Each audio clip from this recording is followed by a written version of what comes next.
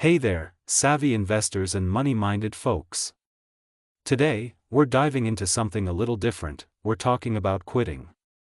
We're not talking about giving up on your financial goals. Nope, we're talking about quitting habits that might be holding you back from achieving true financial freedom. This is the Finance Virtuoso channel. If you're new here, hit subscribe and the notification bell for the best money tips and tricks. You know, it's funny. We often think about wealth building as adding more to our investment portfolios. More stocks, more bonds, more real estate. But what if I told you that sometimes, the key to leveling up your finances is actually about taking things away? There's this quote by investment legend Warren Buffett that I absolutely love. He said, "The difference between successful people and really successful people is that really successful people say no to almost everything." Pretty powerful, right? So, without further ado, let's dive into 10 habits you might want to consider quitting to transform your financial life. 1. Overthinking investment decisions. Alright, let's kick things off with a biggie: overthinking your investment decisions. There's a fine line between due diligence and paralysis by analysis. Let me tell you a quick story. There was this experiment where kindergartners, MBA students, and CEOs were given a challenge. They had to build the tallest tower possible using spaghetti, string, tape, and a marshmallow. Guess who won? The kindergartners. Why? Because while the adults were busy planning and strategizing, the kids just dove right in. They learned through action, made mistakes, and quickly adapted. The lesson? Sometimes, you just need to start investing. Clarity comes from action, not endless deliberation. So, next time you find yourself stuck in an overthinking loop about whether to buy that stock or not, ask yourself, how much longer will I avoid investing what I'm capable of just to stay in my comfort zone? Sometimes, you've just got to take that calculated risk.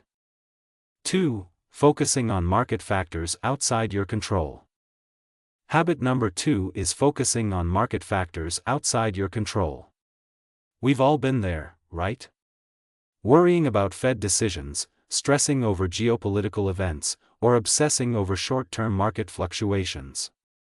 Here's the thing: when you attach your investment decisions to things you can't control, you're basically outsourcing your financial well-being. It's like putting your portfolio's remote control in someone else's hands. Not cool, right? Instead, try shifting your focus to what you can control. Your asset allocation, your savings rate, your investment costs. It might seem small, but it's incredibly empowering. Remember, the investment journey is always better than the destination.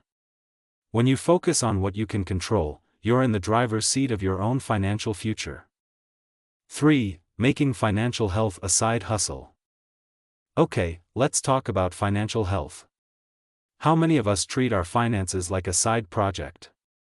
You know, something we'll get to when we have time, after we've tackled everything else on our to-do list? But here's a sobering thought: when you're financially healthy, you have a million opportunities. When you're in financial trouble, you only have one goal: to get out of debt. Now, I'm not saying you need to become a financial guru overnight. But what if you made your financial health non-negotiable? What if you committed to just 1 hour of financial planning a week? That's less than 1% of your time. Remember, consistency beats intensity every time. You don't have to make million-dollar trades every day. Regularly reviewing your budget, automating your savings, or learning about a new investment strategy, it all counts. 4. Procrastinating on retirement planning. Speaking of financial health, let's talk about retirement planning. I used to be that person who thought, I'm young, I've got plenty of time to save for retirement. Spoiler alert, that's not the best strategy. The most successful retirements always start with early planning and consistent saving. It's like compound interest magic. You start early, stay consistent, and before you know it, you've built a substantial nest egg. So, if you're constantly pushing your retirement planning to someday, try flipping the script. Set a retirement savings goal and start working towards it now, even if it's just a small amount. 5. Playing small with your financial goals. Alright, time for some real talk. Are you playing small with your financial goals? Are you settling for a 3% return when you could be aiming for 7% or more? Are you holding back because you're afraid of market volatility or what others might think of your investment choices? Here's the thing, you have no idea how good your financial situation can be. You can get scary good at managing money, even if you think you're bad with finances right now. It all starts with the stories you tell yourself and the actions you take. Take Jeff Bezos, for example. When he was contemplating starting Amazon, he used what he calls the regret minimization framework. He imagined himself at 80, looking back on his life. Would he regret not taking the risk? The answer was yes, and well, you know the rest of the story. So, ask yourself, what would your 80-year-old self want you to do with your money? What investment risks would they want you to take? What financial dreams would they want you to chase? Don't let fear hold you back. Be bold, be brave, and dream big financially. 6. Surrounding yourself with financial naysayers. You know those people who always have a reason why you can't achieve financial success. The ones who always see the financial glass as half empty. Yeah, it might be time to limit your exposure to them. Financial attitudes are infectious. If you're constantly around people with a scarcity mindset, guess what? You're going to start feeling financially limited too. On the flip side, surround yourself with financially savvy, supportive people, and you'll find yourself becoming more confident and motivated in your financial decisions. Take a moment to think about the people, resources, and financial information sources in your life. Which ones give you financial energy and knowledge? Which ones drain you or spread fear? Try to spend more time with the wealth builders and less with the dream killers. 7. Consuming more financial content than you implement.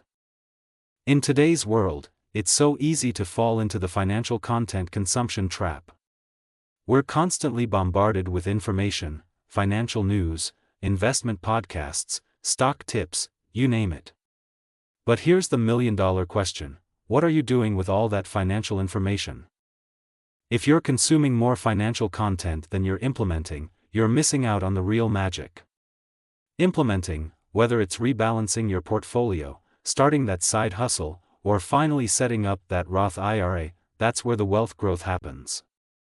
That's where you develop your financial skills and make your unique mark on your financial future. So, try flipping the script. For every hour you spend consuming financial content, spend an hour implementing what you've learned. You might be surprised at how quickly your wealth can grow. 8. Comparing your finances to others. The financial comparison game. We've all played it, and spoiler alert, nobody wins. In the age of social media, it's all too easy to fall into the trap of comparing our financial behind the scenes to someone else's wealth highlight reel. But here's the thing, financial comparison is the thief of contentment. It robs you of your unique financial journey and blinds you to your own progress. Instead of comparing, try getting curious. If someone's financial success inspires envy, ask yourself, what can I learn from their strategy? How did they build their wealth? When you shift from jealousy to curiosity, you open yourself up to financial growth and learning. And remember, the only person you should compare your finances to is who you were yesterday. 9. Seeing financial constraints as limitations. Let's talk about financial constraints. When faced with limitations like a tight budget or limited investment options, it's easy to see them as roadblocks. But what if we flipped the script and saw them as opportunities for financial creativity? Take the concept of micro-investing. The constraint of having only small amounts to invest led to the creation of apps that allow you to invest your spare change.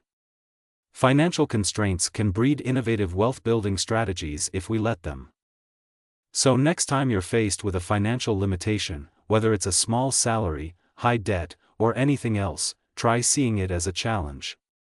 How can you work within those constraints to still move towards your financial goals? You might surprise yourself with the creative solutions you come up with. 10. Living a financially cluttered life. Last but definitely not least, let's talk about financial clutter. And I'm not just talking about a messy filing cabinet, although that's part of it. I'm talking about unused subscriptions, forgotten fees, overcomplicated investment portfolios, all of it. Living a financially cluttered life can leave you feeling overwhelmed and unfocused. But when you simplify your budget, your investments, your financial goals, something magical happens. You create room to breathe, to think, to grow your wealth more effectively. Try this: simplify one area of your financial life this week. Maybe it's consolidating your investment accounts, streamlining your budget categories, or finally canceling those unused subscriptions. Strip it down to the financial essentials. You might be amazed at how much clearer and more focused your path to wealth becomes. And there you have it, folks. 10 financial habits to consider quitting for a more profitable, focused, and fantastic financial future. So, which of these financial habits are you going to quit first? Let me know in the comments below. And if you found this video helpful, don't forget to like, subscribe, and hit that notification bell so you never miss an upload. Until next time, keep saving, keep investing, and remember, sometimes, less really is more in the world of finance.